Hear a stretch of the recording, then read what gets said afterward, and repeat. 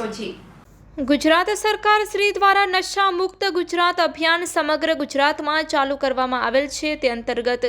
Bhavnagar range IGP Shri Gautam Parmar સાહેબ અને ભાવનગર જિલ્લા પોલીસ અધિક્ષક શ્રી ડોક્ટર હર્ષદ પટેલ સાહેબે ભાવનગર નાઓએ ભાવનગર જિલ્લામાં નાર્કોટિક્સ ડ્રગ્સની બદીને નેસ્તનાબૂદ કરવા માટે નો ડ્રગ્સ ઇન ભાવનગર અભિયાન ચાલુ કરવામાં આવેલ છે। આ ઉપરાંત જે ઇસમો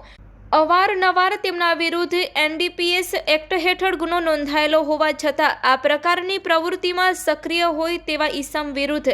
પીઆઈટી એનડીપીએસ અધિનિયમ 1988ની કલમ 3 હેઠળ દરખાસ્ત તૈયાર કરવા માટે સૂચના આપેલી હોય, જે અનુસંધાનની તળાજા ખાતેના વિજયભાઈ ઉર્ફે કાંચો મનુભાઈ રાઠોડ, ઉંમર વર્ષ 27, રહેવાસી બપાડાના પાટિયા પાસે ભાવનગરવાડા નામના શખ્સ વિરુદ્ધ નશાના કારોબારીથી જાહેર વ્યવસ્થા તથા પ્રજાના સ્વાસ્થ્યને જોખમમાં મૂકવા અને લોકોને આર્થિક પાયમલી સર્જાય તેવી પરિસ્થિતિમાં મૂકી શકે તેમ હોય તે બાબતના સબળ અને પૂરતા પુરાવા મેળવી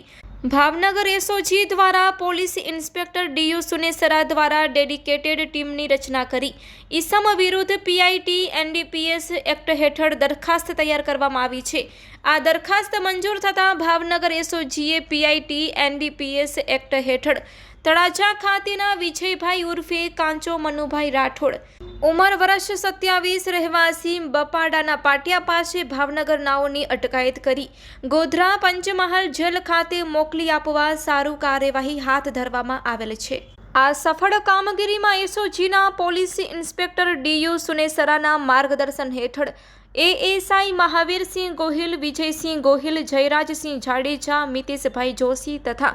એચસી જયવીરસિંહ ચુડાસમા, રાઘવેન્દ્રસિંહ ગોહિલ, રાજેન્દ્રસિંહ ગોહિલ, યોગીનભાઈ ધાંધલિયા તથા પીસી કાનજીભાઈ નકુમ, પાર્થભાઈ પટેલ, મુકેશભાઈ પરમાર, ડબ્લ્યુપીસી ભારતીબેન ચાવડા તથા ડીપીસી સુરેન્દ્રસિંહ ગોહિલ પણ જોડાયા હતા।